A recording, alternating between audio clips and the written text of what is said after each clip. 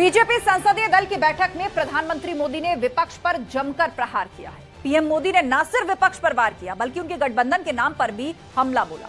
प्रधानमंत्री मोदी ने कहा कि विपक्ष दिशाहीन हो चला है, विपक्ष बुरी तरह से हताश और निराश है, विपक्ष पूरी तरह से बिखरा हुआ है। विपक्ष के रवैये से ऐसा लग रहा है जैसे उनको लंबे समय तक सत्ता में आने की इच्छा ही नहीं है। इंडिया नाम लगा लेने से कोई इंडिया नहीं हो जाता। पीएम मोदी ने यह भी कहा कि ईस्ट इंडिया कंपनी में भी इंडिया है, इंडियन मुजाहिदीन में भी इंडिया है और पीएफआई यानी कि पॉपुलर फ्रंट ऑफ इंडिया में भी इंडिया है। वहीं पीएम मोदी के बयान पर विपक्षी दलों ने पलटवार किया। कांग्रेस ने यह कहा कि विपक्षी गठबंधन के नाम से घबराए हुए हैं। समाजवादी पार्टी कह रही है कि अगर इंडिया से ऐतराज है तो अपनी योजनाओं के नाम से इंडिया हटा ले। आरएलडी का कहना है कि दिशाहीन विपक्ष नहीं बल्कि सत्ता पक्ष हो गया है। अब सवाल ये कि क्या 2024 की लड़ाई गठबंधन के नाम के भरोसे होगी, क्या इंडिया की आड़ में देश के नाम से यह खिलवाड़ है? इसी पर होगी महाबहस। पहले ये रिपोर्ट देखिए।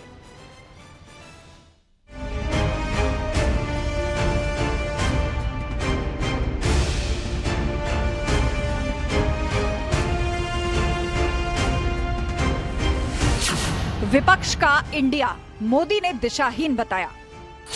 विपक्ष पूरी तरह से बिखरा हुआ है, विपक्ष बुरी तरह से हताश है। विपक्ष के रवैये से ऐसा लग रहा है कि उनको लंबे समय तक सत्ता में आने की इच्छा नहीं है। इंडिया नाम लगा लेने से ही इंडिया नहीं हो जाता। ईस्ट इंडिया कंपनी ने भी इंडिया लगाया था और इंडियन मुजाहिदीन के नाम में भी इंडिया है। इंडियन मुजाहिदीन का जिक्र, विपक्ष पर इल्जाम। प्रधानमंत्री जी ने कहा कि विपक्ष के कुछ लोग भारत के लोगों को भोला समझ रहे हैं, भला समझ रहे हैं। भारत के लोग भोले हैं, भले हैं, लेकिन जैसे पहले किसी ने इंडियन नेशनल कांग्रेस लगा तो पता चला पूरे भारत को रिप्रेजेंट कर रहे हैं। ऐसे कुछ ऐसे आतंकवादी संगठन भी हैं, वो भी इंडिया के नाम से रख रहे हैं। लेकिन अब भारत बदल चुका है। भारत का युवा, भारत के लोग, हाँ ईस्ट इंडिया कंपनी रखा तो भारत के, उन्होंने समझा भारत के लोग भोले हैं, इंडिया के नाम पे आप ठग लो। लेकिन अब भारत के लोग समझ चुके हैं, भारत के लोग भारत को विकसित राष्ट्र ही बनाना चाहते हैं। विपक्ष के इंडिया पर पीएम का आईएम वाला प्रहार। वहाँ मणिपुर की बात हम कर रहे हैं, मणिपुर की बात हम कर रहे हैं, प्राइम मिनिस्टर ईस्ट इंडिया की बात कर रहे हैं। इंडिया मीन्स ईस्ट इंडिया बोल रहे हैं। 24 की लड़ाई ईस्ट इंडिया पीएफआई आईएम तक क्यों आई? अगर इंडिया नाम से उन्हें इतनी समस्या है, इंडिया शब्द के साथ उनकी इतनी परेशानियां हैं, तो उन्हें बताना चाहिए कि उनकी पार्टी ने शाइनिंग इंडिया, डिजिटल इंडिया और इस तरह के बहुत सारे स्लोगन्स जिसमें इंडिया इन्वॉल्व किया, क्यों किया? अगर उन्हें इंडिया से भी प्रॉब्लम है तो वो अपना नारा जो अब तक उनकी पार्टी के लोग लगाते आए उसको अपने ऊपर लागू कर लें कि छोड़ के चले जाएं जहां दूसरों को भेजते थे। नाम पर काम तमाम करने वाली राजनीति। पक्ष दिशाहीन नहीं है, सत्ता पक्ष दिशाहीन हो गया है। मणिपुर की इतनी घटना जो 2 महीने से जो है प्रधानमंत्री जिस पर चुप थे, उनको संसद में बोलना चाहिए था, संसद में बयान देना चाहिए था, लेकिन उन्होंने संसद के बजाय बाहर उस पर चर्चा करना जरूरी समझा।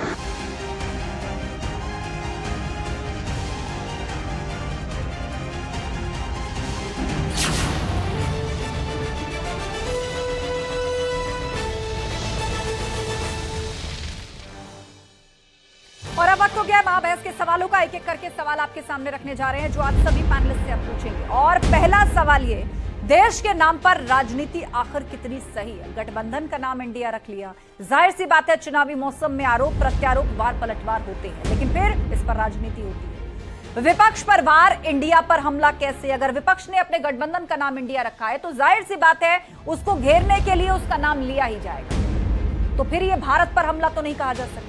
और सवाल नंबर 3, इंडिया की आड़, देश के नाम से खिलवाड़।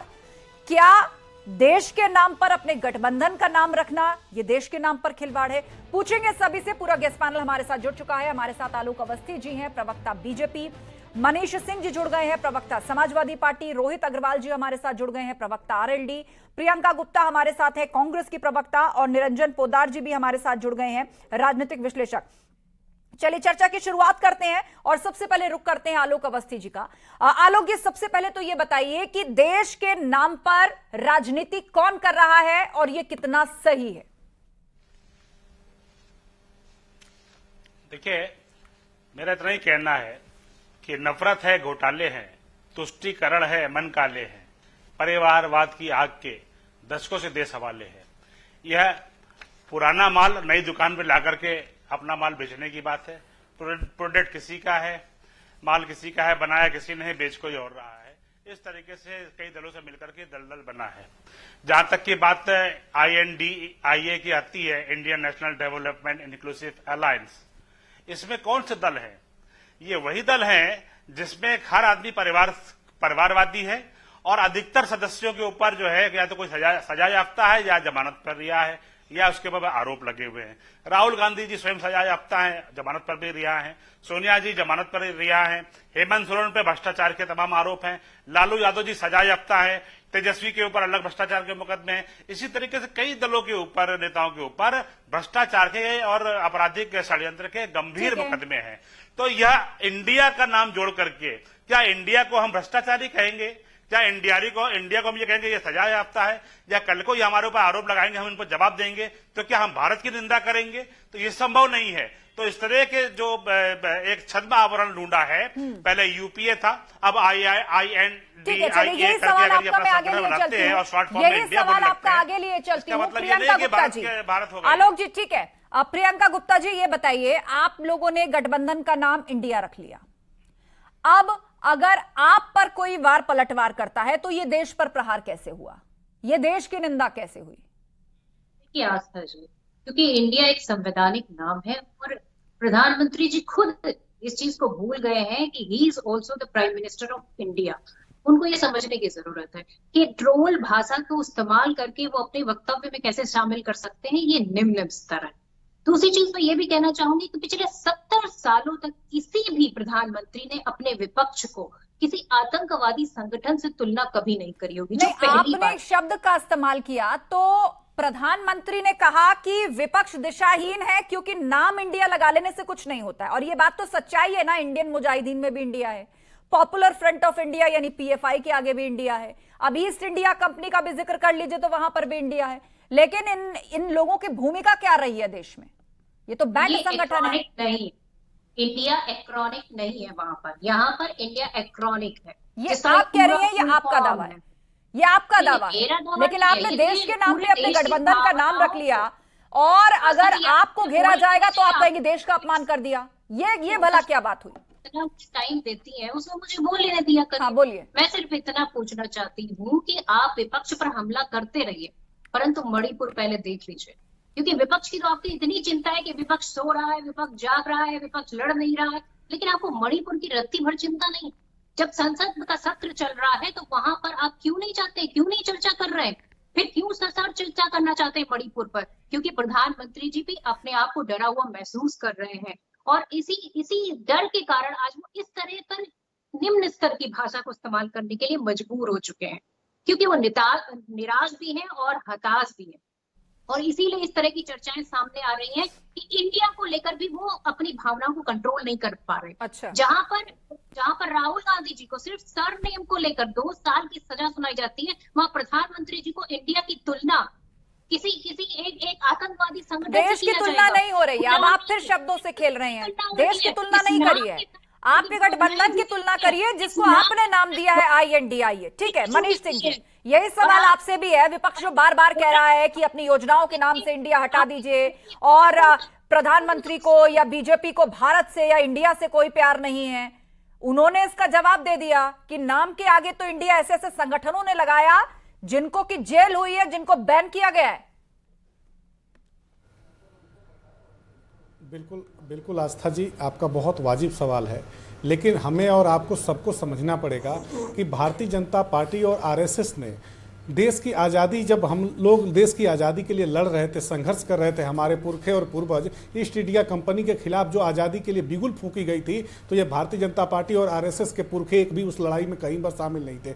इंडियन मुजाहिदीन तमाम ऐसे जो संगठन हैं, उन संगठनों की हमेशा से पूरे भारत ने मुखालफत किया है। और आस्था जी, हमें समझना पड़ेगा, भारतीय जनता पार्टी के लोग और भारतीय जनता पार्टी की जो सरकार है कहते हैं कि हम विश्व की सबसे बड़ी पार्टी हैं, लेकिन इनका जो गठबंधन है एनडीए का, विश्व की सबसे छोटी पार्टियों से इन्होंने गठबंधन किया है। अब आप सोचिए ना कि जो अपने आप को यह कहता है कि हम विश्व की सबसे बड़ी पार्टी हैं, उसको इस चुनाव में इंडिया के सामने खड़ा होने में सबसे छोटी पार्टियों के साथ गठबंधन करना पड़ रहा है। इसलिए आपको पता हो जाना चाहिए आस्था जी कि एनडीए की हैसियत इंडिया के आगे बिल्कुल बहुत ही छोटी हो चुकी है, बौनी हो चुकी है। जो प्रधानमंत्री जी आज ये बात कह रहे हैं, बहुत ही इंडिया की उनको चिंता है, यहां के गरीबों की चिंता है, यहां के कमजोरों की चिंता है। तो सालाना भारत के प्रधानमंत्री जी 15,000 करोड़ रुपए अपने ऊपर खर्च करते हैं। सोचिए, जिस देश में 81 करोड़ लोग गरीबी रेखा के नीचे, जो प्रधानमंत्री जी बताते हैं, कहते हैं कि हम मुफ्त में राशन दे रहे हैं, 81 करोड़ लोगों को जो देश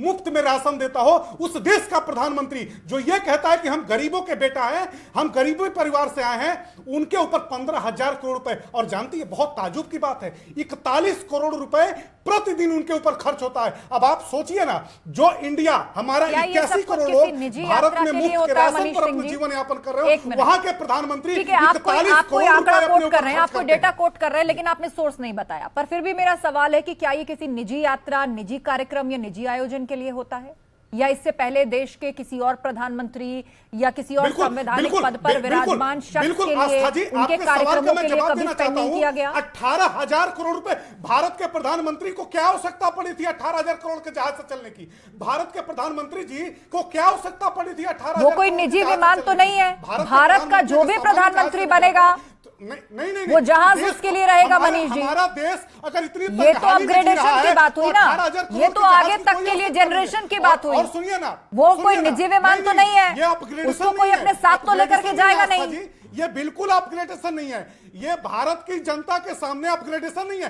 भारत का प्रधानमंत्री अपने आप को अपग्रेड करेगा और 81 करोड़ लोग मुफ्त के राशन में अपना जीवन यापन करेंगे। ये सरकारी संसाधन है, उनका अपग्रेडेशन अगर होता है तो इस पद पे बैठने वाले हर एक व्यक्ति के लिए वो संसाधन उपलब्ध रहेगा। आस्था जी, आपकी बातों से ऐसा लग रहा है, या आप जो दलील देते हैं, जैसे किसी ने निजी रूप से उसे अपनी संपत्ति बनाकर एक्वायर कर लिया हो, वो उसे अपने साथ लेकर के चला जाएगा। बिल्कुल तो सरकारी संसाधन है, उनका अपग्रेडेशन हुआ। उस जहाज में अडानी जाएगा वो उसके लिए रहेगा। मित्र अंबानी बैठेंगे, ठीक है। उनके जो रोहित अग्रवाल जी, मित्र हैं, एक बार सभी पैनलिस्ट अपनी बात रखें। मुझे लग रहा है डिबेट विषय पर है, ये कहां से कहा आप इसको लेकर के जा रहे हैं। रोहित अग्रवाल जी, आपसे भी वही सवाल।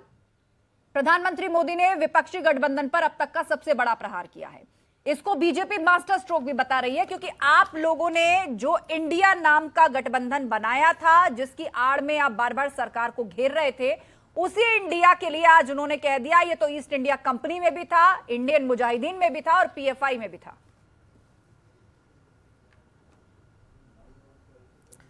आस्था जी, जब किसी देश का नेता विपक्ष की तुलना आतंकवादी संगठन से करता है तो एक बात समझ में आती है कि वह तानाशाही प्रवृत्ति का है। अब आप मुझे बताइए कि इंडिया के सदन में क्या आतंकवादी बैठते हैं? आप विपक्ष की तुलना किससे कर रहे हैं? आपको सोचना चाहिए, क्या प्रधानमंत्री के बगल में जो व्यक्ति बैठा हुआ है वो आतंकवादी है? आप किस तरीके से ऐसी सोच लेके आ सकते हैं? अभी आलोक अवस्थी जी बता रहे थे परिवार बचाने के लिए लड़ाई है। अरे वो 38 दल जो आपके थे ना, उसके अंदर थे संजय निषाद जो परिवार बचाना चाहते हैं, ओम प्रकाश राजभर, अजीत पवार, चिराग पासवान, अनुप्रिया पटेल। ये होता है परिवारवाद। हमको किसी परिवार को बचाने की जरूरत नहीं है। और जो आप कह रहे थे ना कि दलदल है, दलदल तो 38 दलों का दलदल है, और दुकान भी आपने ही खोली है। क्योंकि जिस दिन आपकी बैठक हो रही थी ना, मैं आस्था जी आप ही के चैनल पे था और आप ही का रिपोर्टर बता रहा था कि 38 पूरे हुए और अभी 1-2 दल और आ जा सकते हैं इसके अंदर। अभी ऐसी सूचना मिल रही है कि 1-2 दलों से और बात चल रही है जो ज्वाइन कर सकते हैं। तो ये साफ दिखता है कि दुकान किसने खोल के रखी थी। दुकान तो आपने खोल के रखी थी कि जिसने भी रजिस्ट्रेशन करा रखा है चुनाव आयोग में, वो आ जाए हमारी दुकान के अंदर और सामान बेचना है। तो ये जो अकेला शेर चल रहा था 38 के दलदल के साथ, आज यहाँ पे विपक्ष की तुलना आप इसको इस तरह से कह करके घेर रहे हैं, तो इससे आप इसे इस तरह से कहकर घेर रहे हैं, लेकिन वो तो कहते हैं कि हमारा कुनबा बढ़ रहा है और आपका कुनबा बिखर रहा है। विपक्षी गठबंधन बिखर रहा है, उनका खेमा बढ़ रहा है, वो इसे इस तरह से इंटरप्रेट करते हैं। निरंजन पोद्दार जी को मैं लेकर आना चाहूंगी, एक मिनट। निरंजन पोद्दार जी हमारे बीच में राजनीतिक विशेषज्ञ। आर्य आलोक अवस्थी जी, एक बार निरंजन जी अपनी बात रख दें। निरंजन जी, विपक्ष के इस दलील को आप क्या कहेंगे? जब वो सरकार को घेरता है और सरकार जवाब देती है तो कहते हैं देखिए भारत के खिलाफ ऐसा बोल दिया, अपने गठबंधन का नाम इंडिया रख लिया, तो जाहिर सी बात है सियासी मैदान में आरोप तो लगेंगे। लेकिन जब उसी इंडिया को लेकर के उससे सवाल पूछा जाता है तो कहते हैं देखिए विपक्ष से नफरत करते हैं। देखिए आस्था जी, मेरा ये मानना है कि भारत कहूं या इंडिया कहूं, ये हमारे देश का शाश्वत नाम है। आज हम हैं, कल नहीं रहेंगे, परसों कोई दूसरी पीढ़ी आएगी, तीसरी पीढ़ी आएगी, लेकिन भारत और इंडिया बना रहेगा। लेकिन ये भारत और इंडिया का नाम लेकर के अगर इस तरीके की चीजें होती हैं तो आस्था जी मुझे इसके ऊपर गंभीर आपत्ति है। क्योंकि कल को मान लीजिए ये गठबंधन टूटता है तो क्या कहेंगे इंडिया टूट गया, कल को ये गठबंधन हारता है तो क्या कहेंगे इंडिया हार गया। और एक सवाल है आस्था जी मेरा ये कि अगर मान लीजिए आज भारत की संसद के अंदर भारत से चुने हुए 543 सांसद वहां पे बैठते हैं, लेकिन वहां पे जो जिसको इन्होंने इंडिया बोला है उसके तो 150 से नीचे सांसद है, तो क्या जो बाकी के जो 400 के करीब सांसद हैं वो कोई मंगोलिया के सांसद हैं, वो भारत के सांसद या इंडिया के सांसद नहीं है? तो ये क्या मजाक बना रखा है भारत के नाम के साथ? अगर कोई चोर अपना नाम थानेदार रख लेगा तो क्या उसको सजा नहीं होगी? क्या उसके कर्मों को छुपा दिया जाएगा? तो मेरा कहने का तात्पर्य इसके लिए तो महामहिम राष्ट्रपति, चुनाव आयोग, सुप्रीम कोर्ट के जो सीजेआई हैं उनको भी इस चीज के बारे में सोचना चाहिए कि क्या कोई राजनीतिक दल इंडिया नाम रख सकता है। मेरा तो ये आपत्ति है। मुझे प्रियंका गुप्ता जी, तर्क यहाँ पर यह आया है कि कोई चोर अगर अपना नाम थानेदार रख ले तो ऐसा तो नहीं है कि उस पर कार्रवाई नहीं होगी, या ये कहा नहीं जाएगा कि तुमने चोरी नहीं की। महामहिम की बात आप कर रहे थे, मुझे तो लगता है कि मणिपुर में भी थोड़ा बोल दिया होता कि महामहिम को मणिपुर में भी बोल देना चाहिए था। और जितनी भी महिला की जो बाल विकास जो की मंत्री हैं उनको भी थोड़ा मणिपुर में बोल देना चाहिए और सबको मणिपुर में बोल देना चाहिए। तो इसके लिए सरकार तैयार तो है ना प्रियंका जी? अमित शाह ने कहा है कि हर तरीके से चर्चा के लिए तैयार हैं। नेता सदन जो होते हैं वो प्रधानमंत्री होते हैं, प्रधानमंत्री को जाकर देश को संबोधित करना चाहिए, विपक्ष को बताना चाहिए कि मणिपुर की स्थिति क्या है। आप उसको 2.5 घंटे में कैसे समेट सकते हैं जब आपके पास पूरे 26 दल सवाल पूछने के लिए रेडी है? 1 घंटा तो उसमें आप ही बोलेंगे। दूसरी चीज मैं ये भी पूछना चाहती हूँ कि अगर विपक्ष ने इंडिया रख लिया तो आप ये बताइए कि विपक्ष का तो वोटर भी है ना हिंदुस्तान में, कितने % वोट भारतीय जनता पार्टी को मिलता है? 43%। बाकी तो विपक्ष का वोट है ना। और आप इस भाषा को इस्तेमाल करके, इस कंपैरिजन को इस्तेमाल करके, आतंकवादी संगठन से उसकी तुलना करके आप उतने सारे विपक्ष के जितने भी वोटर्स हैं वो देश की तुलना थोड़ी कर रहे हैं। भाई आप नाम की भी तुलना कर रहे हैं तो नाम पे भी तो कम से कम आपकी इज्जत रखनी चाहिए। आप राष्ट्रवाद की बातें करते हैं और इंडिया नाम तो आपकी तुलना कैसे कर सकते हैं? तो आपके गठबंधन को क्या कह के बुलाए प्रियंका जी, बताइए ना। जो नाम रखा है वही तो, उसी से तो संबोधित किया जाएगा ना। अगर आपको इंडिया नाम से इतनी नफरत है तो मैं समझती हूँ कि आपको पाकिस्तान चले जाना चाहिए। और दूसरी चीज ये है कि जो करोड़ों वोटर है विपक्ष का, उसकी भावनाओं के साथ खिलवाड़ है, उनकी भावनाओं को आहत किया है। क्योंकि ये जो इंडिया आप मेरे एक सवाल का जवाब नहीं दे पा रही। आपके गठबंधन से यदि कोई सवाल पूछा जाता है या उस पर सवाल उठाया जाता है तो वो देश पर हमला कैसे हो गया? आपने एक नाम रखा है, अब हर किसी का भी नाम राम है, लेकिन जरूरी थोड़ी है कि उसके लक्षण राम जैसे ही हो। कितने ही अपराधी जेल में बंद होंगे, आप लिस्ट उठा करके देखिए, नाम पढ़ लीजिए। तो अब आप ये कहेंगे कि श्री राम का अपमान हो गया, अपराधी को अपराधी कह दिया? तो वो भी तो सम्मिलित है भारतीय जनता पार्टी में। अपराधियों की तो पूरी फेरिस्त है, लिस्ट है। अपराधियों पे मत जाइए। आपने जिस तर्क से ये कहा कि हम पे हमला किया तो देश का अपमान कर दिया, मैंने भी आपके सामने एक उदाहरण रखा इंडिया का, उसकी भावनाओं को आहत करने का अगर दुस्साहस किया है तो प्रधानमंत्री जी ने किया है। और ये करोड़ों वोटर जवाब देंगे 2024 में। ठीक है आलोक अवस्थी जी, एक ही रट लगाए बैठा है विपक्ष की उनके गठबंधन यानी INDIA पर आपने हमला किया, मतलब देश का अपमान किया। अच्छा, एक चीज आस्था जी, मेरा भी सवाल है आपके माध्यम से, हमारे जो और साथी बैठे हैं, कि जब एक गिरोह इकट्ठा हुआ है जिसके ऊपर कई सारे आरोप हैं, कोई आर्थिक अपराध में है तो कोई चारित्रिक अपराध में है तो कोई सजा याफ्ता हो चुका है, सरकार अब सवाल पूछेगी विपक्ष से, उसका नाम अगर जवाब वो इंडिया विपक्ष रख लेगा देगा। तो क्या हम उनको चोरों का गिरोह या क्या इस तरह का गिरोह नहीं कहेंगे, क्योंकि इससे भारत की वो नाम गिरेगा। तो ये भारत नहीं है, ये आपका INDIA के पीछे जो छुपने का जो एक वो रास्ता है, ये भेड़ की खाल में छुपने का जो एक मुहावरा है, वह स्पष्ट होता है कि आपकी जो है नीयत सही नहीं है।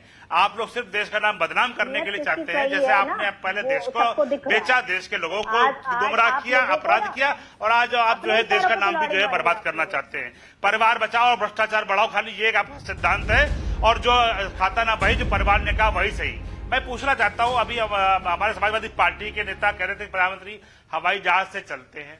अरे भाई, प्रधानमंत्री जी भारत देश के प्रधानमंत्री है, 140 करोड़ के प्रधानमंत्री हैं, वो उनका व्यक्तिगत हवाई जहाज नहीं है, भारत सरकार ने खरीदा है, और उसके ऑर्डर जो है कांग्रेस के समय यूपीए सरकार में ही हो चुके थे, और वो आगे आने वाले प्रधानमंत्रियों के लिए भी वो विमान रहेगा। तो इतनी छोटी सोच रखने वाले आ रहे, या कोई समाजवादी पार्टी की वो नहीं है कि जो सरकारी बंगला मिला तो सरकार के बंगले में अपना मान लिया और उठा करके चुरा करके लेके चले गए। इस तरह का काम जो है आपकी परिभाषा हो सकती है, अपना सामान बटोरा, सरकारी बंगले का मुख्यमंत्री बंगला मिला था, वो अपनी संपत्ति मान लिया, उसको जो सरकार की संपत्ति थी उसको लेकर चले गए। तो ये जो परिणति है, जो सोच का तरीका है, ये देश की सोच नहीं है, देश की सोच बहुत बड़ी है। मनीष जी बात रखना चाहते हैं, ठीक है आलोक जी, एक बार मनीष जी अपनी बात रख ले, उसके बाद निरंजन पोद्दार जी, ठीक है। प्रधानमंत्री कर रहे हैं, आलोक जी मेरे पास लास्ट 3 मिनट है। मनीष जी।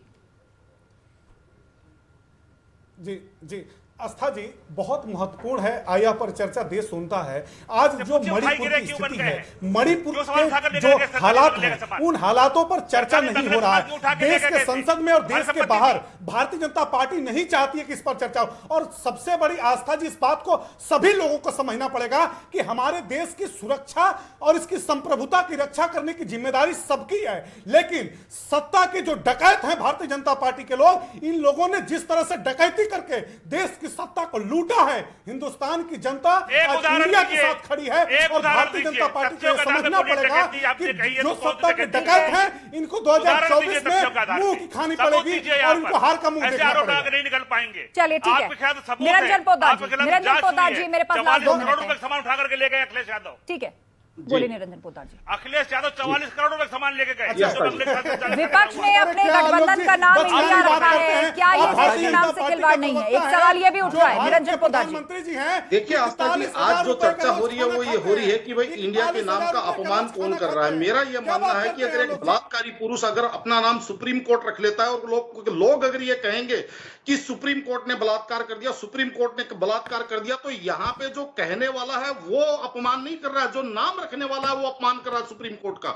आप इस चीज को समझ के चलिए, क्योंकि जब आपने अपना नाम सुप्रीम कोर्ट रख लिया और अगर मान लीजिए किसी अपराध में आप पकड़े जाते हैं तो नाम तो आपका यही रखा जाएगा, सुप्रीम कोर्ट फलानी जगह सुप्रीम कोर्ट वर्सेज सरकार। तो अब कहने का तात्पर्य ये है कि ये तो इनको नाम रखने से पहले इनको सोचना चाहिए कि हमारा जो नाम शाश्वत नाम है भारत या उसका नाम बदलिए ना, नाम बदलने से अगर कोई स्थिति बदल जाती है तो बदल दीजिए ना स्थिति वहां की। अगर मणिपुर की स्थिति बदल जाती है। चलिए, आप सभी लोगों ने अपनी अपनी बात रखी, समय खत्म हो गया है, मुझे डिबेट को यही बंद करना पड़ेगा। आप सभी मेहमानों का शुक्रिया इस चर्चा में शामिल होने के लिए। तो कुल मिलाकर 2024 के लिए जो सियासत है, नाम वर्सेस काम पर आ टिकी है। लेकिन आज इसी से संबंधित मैं आपके सामने कुछ बातें रखना चाहती हूं। करीब 400 साल पहले विलियम शेक्सपियर के उपन्यास रोमियो एंड जूलियट में पूछा गया था, नाम में क्या रखा है? What's in a name? आज यही सवाल हिंदुस्तान की सियासत का सबसे बड़ा सवाल बन गया है। विपक्षी गठबंधन का नाम INDIA यानी इंडिया रखने के पीछे क्या रणनीति है? क्या 2024 का चुनाव नाम वर्सेस काम के आधार पर होने जा रहा है? एक तरफ विपक्ष इंडिया नाम के जरिए इमोशनल दांव खेलना चाहता है, तो वहीं पीएम मोदी अपने काम के दम पर फिर से बीजेपी को जीत दिलाने की कोशिश करते दिख रहे हैं, यानी नाम वर्सेस काम। आज एक और सवाल है जो पूरा देश पूछना चाहता है। मणिपुर हिंसा पर सरकार चर्चा को तैयार है। गृहमंत्री अमित शाह कह चुके हैं कि विपक्ष जैसे चाहे चर्चा करे, पूरा देश भी चाहता है मामले पर गंभीरता से चर्चा हो। तो फिर विपक्ष हंगामा क्यों कर रहा है? सिर्फ इंडिया नाम रखना काफी नहीं, इंडिया की भावना का भी ध्यान रखना होगा। देश का पैसा और वक्त संसद के हंगामे की बलि नहीं चढ़ना चाहिए। वहीं आज हम एक और बात कहना चाहते हैं। भारत के संविधान की प्रस्तावना की शुरुआत जिन शब्दों से होती है वो है हम भारत के लोग, we the people of India.